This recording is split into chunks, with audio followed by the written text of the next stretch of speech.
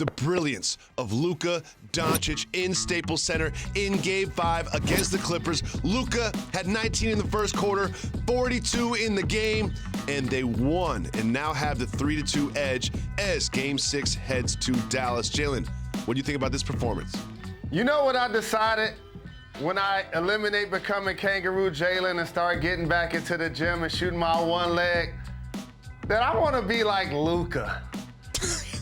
You can't take for granted his game. Like over 40 with 14 dimes, too big for any smaller player. Yep. Too skilled for a guy his size, and his basketball intellect makes it seem like he could get wherever he want, whenever he want to get there on the floor. The Mavs only had 2 players in double figures, and they beat the Clippers in LA. Tim Hardaway Jr., shout to him. He showed up and gave Luka some offense. But yo, Luka, when this series started, you would have felt like Kawhi, because at the beginning of the series, they were going back and forth about who was the best performer in this playoff. Now, is Luka the best performer overall in the playoffs?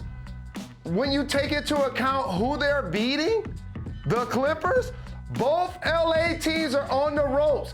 When you went to bed the other night and you the Clippers, and you know that the Lakers got to play against the Suns, possibly with a hobbled AD, and you get a chance to run LA, and the Mavs come to town, and 2 players score double figures and beat y'all? Mm-hmm. Hey, man. As I look deeper into the box score, Jacoby, I've been telling you this all year. Their lead guard play bothers me. Like, shout to Man, I think he's going to be a terrific young player, and I see them struggling at the end. And the other guy I want to mention, Rondo, they added him for a reason, to be the brains. Patrick Beverley, supposed to play defense, except he got benched for not doing so because Luka was lighting him up. And we need all of them to have the irrational confidence of Reggie Jackson. And so I just wish that was one player. I've been telling you this the entire season. Now I think watching Luka perform against them, a complete lead guard is now putting the Mavs in position to send the Clippers home. It's a coaching matchup too, and Ty Lue threw every defender he could at Luka Doncic. They went small. They tried to switch, didn't work. They tried to double, didn't work. They put smalls on him, didn't work. They put bigs on him, he went past him. Like, there is no stopping Luka in this, and it's a chess game. And one of the things that Rick Carlisle did for this game in this chess match, he said, oh, you guys are gonna go small? Guess what I'm gonna do?